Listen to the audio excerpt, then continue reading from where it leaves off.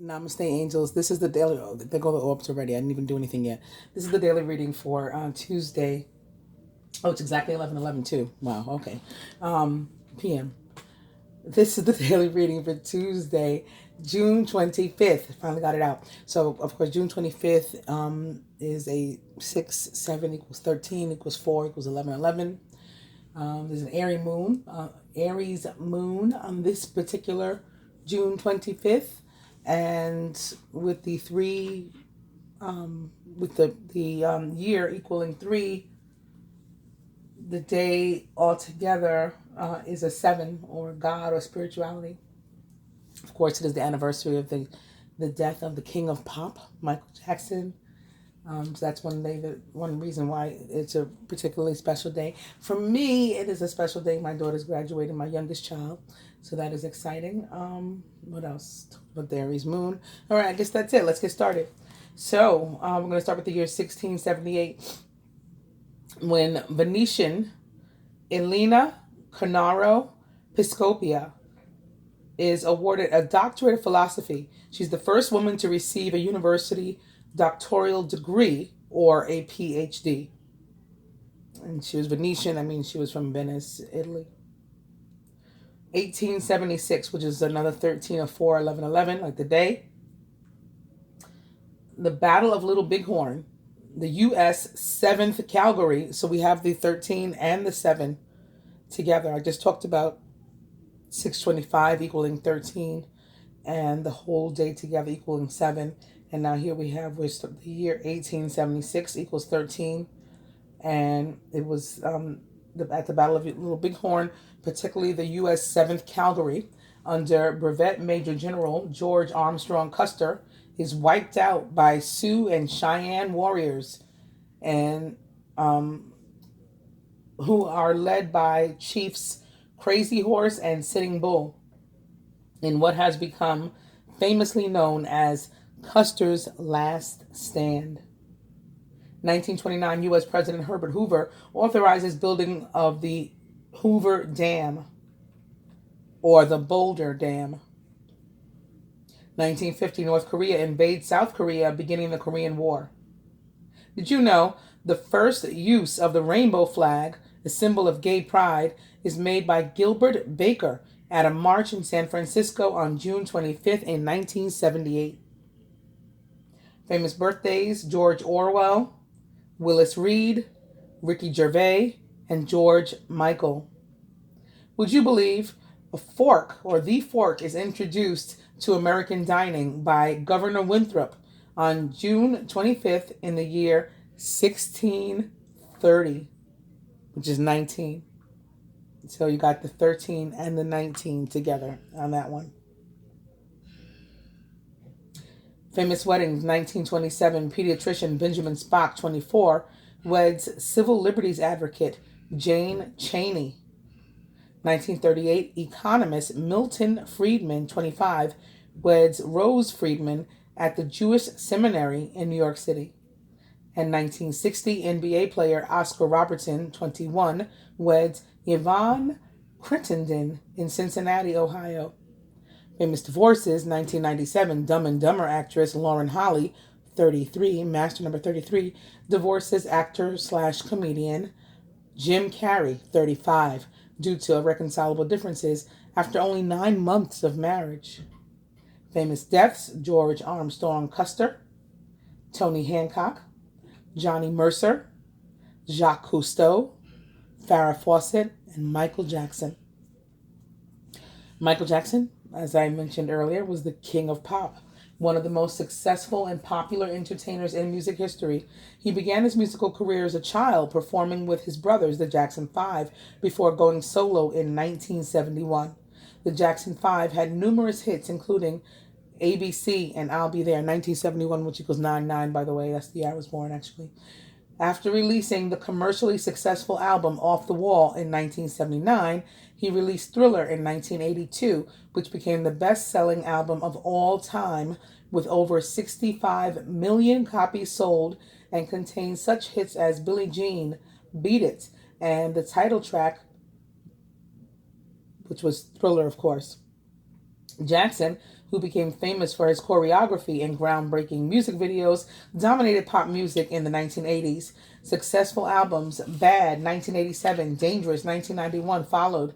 The winner of 13 Grammy Awards, Jackson sold more than 350 million records and was one of the most influential entertainers in history. His eccentric personal life dominated the latter half of his career, including his financial troubles. He didn't really have any financial troubles. They tried to make him have financial troubles. Then after all the dust settled, it was shown that he still owned, his estate was still huge. As a matter of fact, his estate is still fighting stuff. That's why those people lied and tried to get money when they realized he still had a bunch of money. You saw those sexual abuse accusers come out, and it was bullshit. They got busted, and Oprah had to take down her videos because it was all fake and phony. Anyway, they're talking about financial troubles, his changing appearance, and his general behavior. In the 1990s and 2000s, he was accused of child sexual abuse charges, which he denied and was acquitted of. Exactly. In two highly publicized trials, so not acquitted just once, acquitted twice, and then found to be innocent again in death even. It needs to stop. You know what got him off? The penis. It wasn't, they figured he would have bleached his penis or whatever, or he had the vitiligo on it. Nope. It was dark. And so the little boy described the penis wrong. Just completely wrong. And they knew it wasn't Michael. Then they had to admit it. And then I think it was his father that committed suicide. It was a mess, honey. Anyway. So he was acquitted twice in two highly publicized trials. In 2009, he announced a series of comeback concerts entitled This Is It. And before those concerts could be undertaken, he died at the age of 50. It's 10 years, can you believe it? Of cardiac arrest, which had been brought on by accidental overdose of propofol, administered by his personal physician. His death led to a global outpouring of grief, and his memorial service was widely watched around the world. He was born on August 29th, that's my baby sister's birthday, in 1958 in Gary, Indiana, USA, and was a dog on the Chinese zodiac and a Virgo. He died on June 25th in 2009 at the age of 50 of cardiac arrest influenced by an overdose. Farrah Fawcett was an actress, American, one of the original cast of the TV crime drama Charlie's Angels alongside Jaclyn Smith and Kate Jackson. She left the series in a shock move after one season and was replaced by Cheryl Ladd.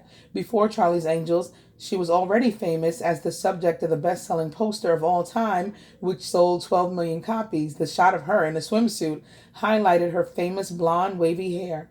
She went on to receive critical acclaim for her acting in a number of roles, including the play Extremities and its later movie version, for which she was nominated for a Golden Globe. She also earned an Emmy nomination for the TV movie The Burning Bed in 1984. She made a controversial appearance on The Late Show with David Letterman in 1997, where she rambled and appeared vague. Farrah later appeared in The Apostle, also in 1997, opposite Robert Duvall and Robert Altman's Dr. T and the Women in 2000. She was diagnosed with cancer in 2006. Her illness was chronicled in the TV documentary Farrah's Story and featured her partner of 30 years, Ryan O'Neal, Tatum's father. She was born on February 2nd, 22, in 1947 in Corpus Christi, Texas, USA, and was a pig on the zodiac and an Aquarius. She died on June 25th in 2009 at the age of 62 of anal cancer. Jacques Cousteau was an oceanographer, explorer, and scientist. He was French. He co-developed the Aqua Lung, pioneered marine conservation on board his ship Calypso, and was a member of the Académie Française.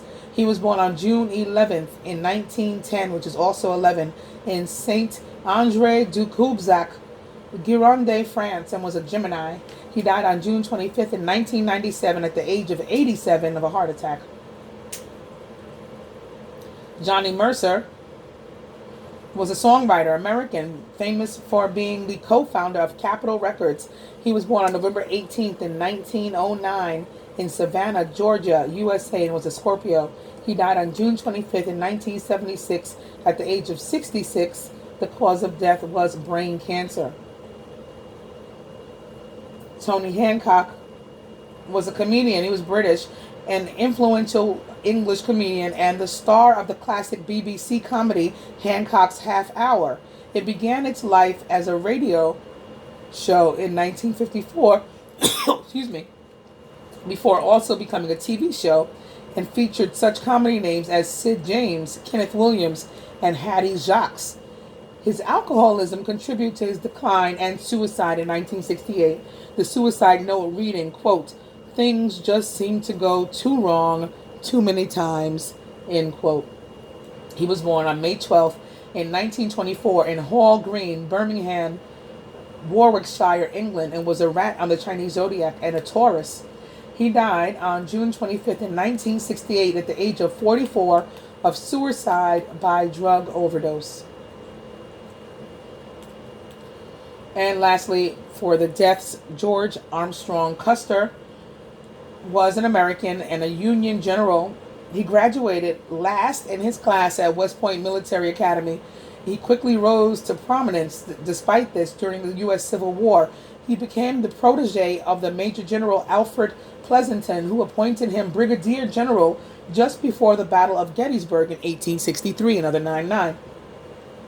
As a cavalry officer, he was known for his aggressive charges. He was one of the officers present at the Appomattox Courthouse to receive the Confederate surrender in April of 1865, 9/11 or 11. April, of course, 4/13 or 11/11 too. In 1876, another 13 or 4, 11/11, Custer was commissioned to lead an expedition against the Plains Indians, culminating in the Battle of Little Bighorn, otherwise known as Custer's Last Stand. Custer and his forces were famously cut down to a man and defeated by a larger Indian coalition made up of Lakota and Cheyenne warriors.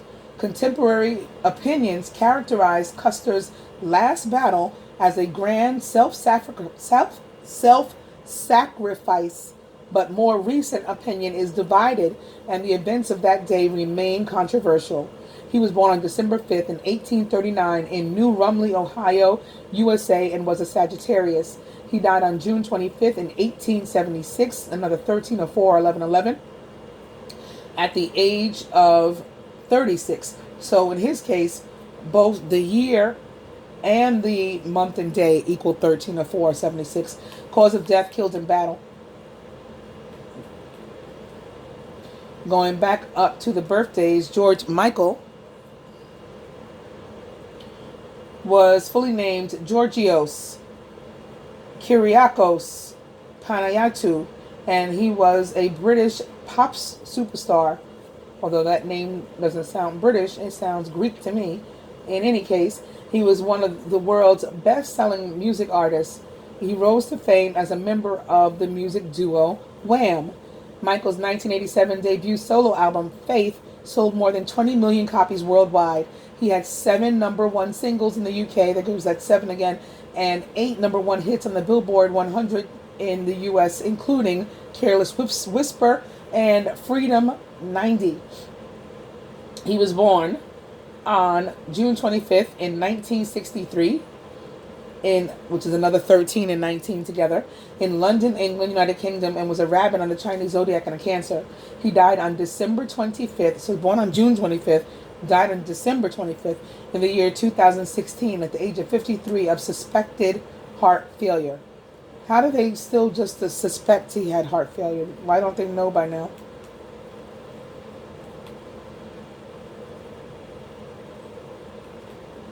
Ricky Gervais is a comedian, British. He is 57 years old. He achieved mainstream fame with his television series The Office and subsequent series Extras. He was born on June 25th in 1961 in Reading, Berkshire, England. He is 57 years old, an ox on the Chinese zodiac and a Cancer. Willis Reed was an NBA center and power forward American. He spent his entire professional playing career, 1964 to 74, with the New York Knicks, winning the NBA championship twice. In 1997, he was voted as one of the 50 greatest players in NBA history. He was born on June 25th in 1942 in Hicko, Louisiana, USA. He too has the 7 and the 13. And of course, the 7 and the 13 make a 20 or an 11. He's got a lot of sevens, actually. He's 77 years old, a horse on the Chinese zodiac, and a Cancer. Born in Hicko, Louisiana, USA. And lastly, George Orwell, who prophesies through what we're going right now with his book 1984. But let's see what they have to say about him. His full name was Eric Arthur Blair. He was a writer. Born in Imperial India, Eton educated. He was a colonial policeman in Burma and fought against the fascists in the Spanish Civil War. His most famous works are The Road to Wigan Pier, Animal Farm, and 1984. He was born on June 25th in 1903, another 13 or 4, 11, 11, both the year and the month and day together, in Matahari, Bengal, India, and was a Cancer. He died on January 21st in 1950 at the age of only 46 of a burst pulmonary artery. And he was the last for the day. Going to the dice, we're starting with No, Cocktail, and Dirty Movie.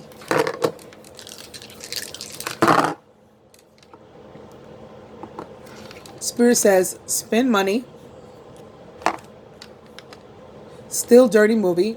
Maybe FaceTime or something like that. Online dating or something. And yes, speaking of online dating, we're starting with the King of Winter, who's intelligent, impartial, respected, and unemotional. Maybe an Aquarius. Who knows? Aquarius is that technology sign, communication sign. This can also be a Gemini or a Libra, of course, as well as somebody of these traits and attributes. Air sign traits or attributes. It's not an air sign at all. All of this time at this time, it's very important that you communicate clearly, be objective and unemotional, act as professionally as possible. If you need advice, seek out the most experienced expert that you can find. And opening to the 2 of Winter. Procrastination and worrying about what others will think is blocking you from making a decision. If you're torn between your own desires and someone else's, follow your inner guidance. King of Winter, the 8 of Autumn. It's the perfect time to learn all you can by returning to school, taking a seminar, or conducting research. Do your best work, and the law of attraction will bring you prosperity and career advancement. 8 of Autumn. And the 9 of Summer. Now's the time when your dreams come true. Don't worry about how this will happen. Just give gratitude to God for all that you have and all that's still to come. And I was about to say lastly, and I think this is a good one to stop on, the 4 of Spring.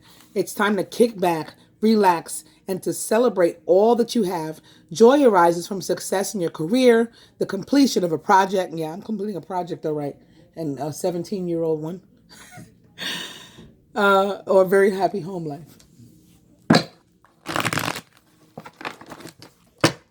4 of Spring.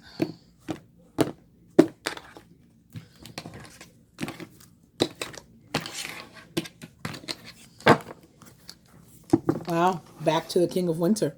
Guess he's important today. Overall energies, major arcana card 13. Release or death in the traditional tarot, which of course represents the sign of Scorpio. It's time to release the past and to move on to something new. This ending is the first step on the way to a happier future. It is, of course, my little Scorpio that is graduating tomorrow.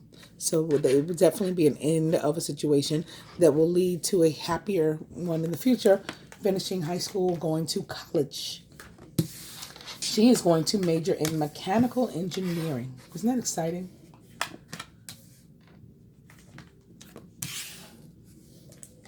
Oh, feminine got 2 crowning there.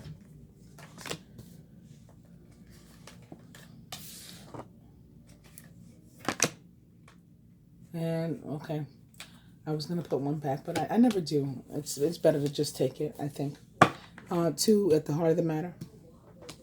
So crowning the masculine, the king of winter yet again. Intelligent, impartial, respected, and unemotional. At this time, it's very important that you communicate clearly, be objective and unemotional, act as professionally as possible.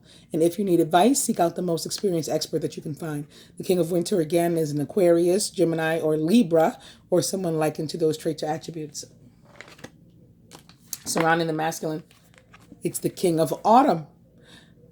This might be Mercury or Venus. Venus also rules air and earth, with Libra, Gemini, and Taurus. But Mercury, of course, ruler of Virgo and Gemini. Compassionate, accomplished, charismatic, and grounded. Everything's going to turn out great. Projects will be stunningly successful. Exciting new career opportunities are possible. And money or resources that come your way will be invested wisely.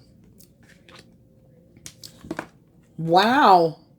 These are all three elements that I've been talking about all week. Remember, not much water showed up over the weekend, or I said I wasn't really feeling nothing about the water.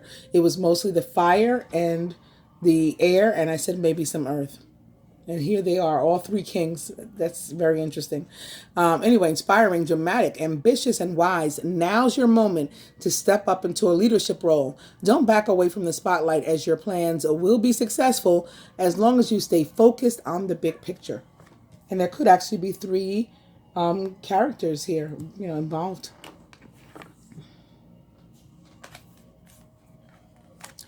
Feminine got a 9/11 crowning her. Major Arcana card 18, the moon, which represents the planet Neptune, in the sign of Pisces, which it rules. Neptune, which went, or goes rather, retrograde this week. And the two of spring, or two of wands. Your vision, creativity, and dedication to your cause have brought you great success. In fact, it may be in your best interest to get a partner to assist you in your endeavors, or to expand the number of people who are helping you.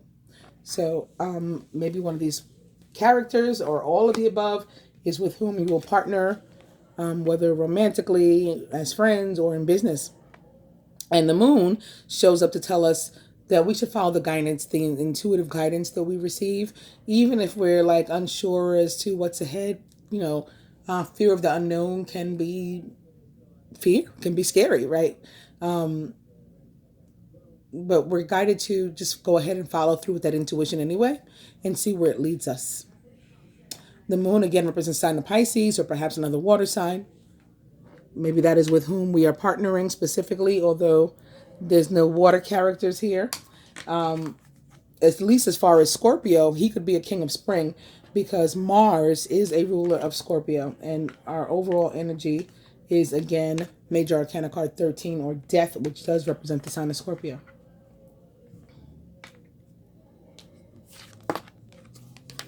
Feminine is happy. She's surrounded by family. She's not worried or thinking about money and stuff on this day. She's just enjoying life.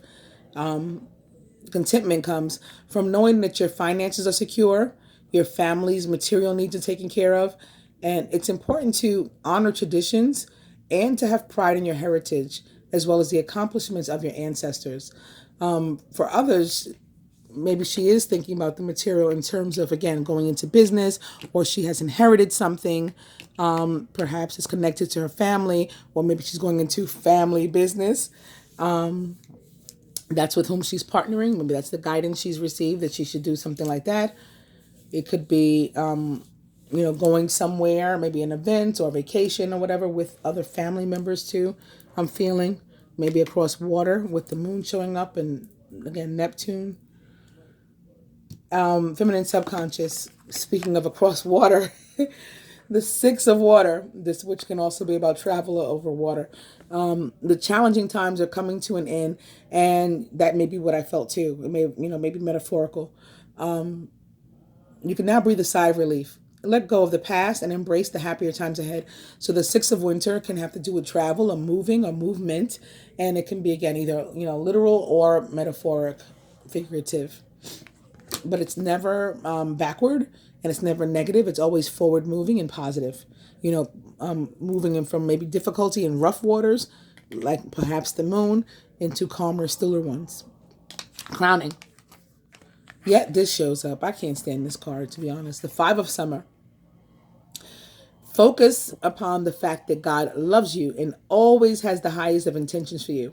A positive attitude and outlook makes it easier to recover from life's little difficulties so that you can move onward and upward. Perhaps it is about this unknown, that about which we're feeling this pessimism, doubt, oh, woe is me, what should I do, head in the clouds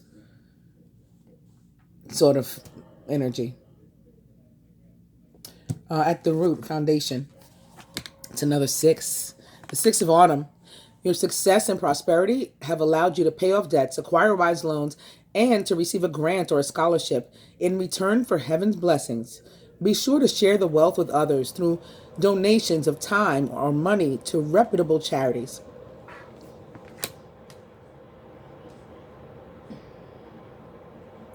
The heart of the matter, we had to, ooh, oh my goodness. It's the Prince of Summer and the Ace of Summer.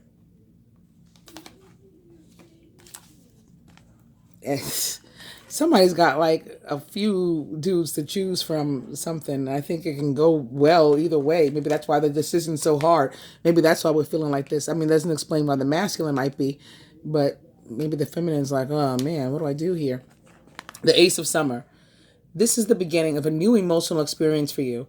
It may be the first blush of romantic love, the rebirth of a current relationship, or the awakening of spiritual gifts and insights. But this is joined up with the Prince of Summer, who may be a Pisces like the moon, or a Scorpio like the death card, or perhaps a Cancer or someone likened to those traits or attributes. He is romantic, flirtatious, introspective, and enchanting. A deeply emotional and probably romantic experience will sweep you off your feet. Things can move very quickly during such whirlwind encounters, so stay balanced and make decisions with both your heart and your intellect. Wow. Whose life is this? I hope as many of us as possible get to experience this. I'm going to clarify only the Five of Summer. And I think it's just, again, like a doubtful energy. Like this is all too good to be true, because it really is. The spread is. And maybe that's because in the past there had been some difficulty. So it's like hard to believe that all this good stuff is coming. But wow. Okay, here it is. So this is what we need to let go with the Death card. It's this sort of feeling that nothing good happens to us, so that something can. As long as we feel that nothing ever does, nothing will. You're working far too hard, and the stress will soon become too much. Reach out for help from others and take some time to play and to enjoy life. Now, again, some of us may be presented with an opportunity to do just that, perhaps with family or other loved ones, a partner, or a group, a partnership, conglomerate, whatever it is. Take advantage. Don't slip into whatever this is, or let this keep you down if you have been having like some difficulties in life or whatever.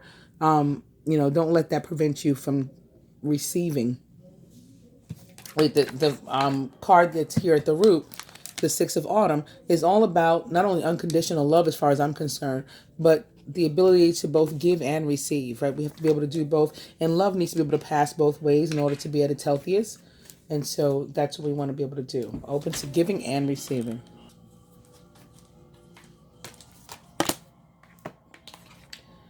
Wow, it's somebody else. For the masculine, the Prince of Autumn, trustworthy, dedicated, protective, and funny. It's important to make a detailed plan before starting any new endeavor. Once you have that plan in place, then you can take immediate action and get as much accomplished as possible. The Prince of Autumn, like the King, is a Capricorn, Virgo, or Taurus, or someone likened to those traits or attributes. There are 2 princes and 3 kings on the table. 3 kings. It's not Christmas time. What's with the three kings? Maybe one of you can come up with something else. I'm feeling there's more to this than, just what I'm seeing with my real eyes. Um, wow. Wow. The feminine's advice is the Ace of Spring, which I think turned up a few times this week already between the general and love and yesterday's reading. But the Ace of Spring, the Ace of Summer, so Cups and Wands, definitely a Scorpio could be involved, and Aries can be involved. Again, Mars, ruler. Um,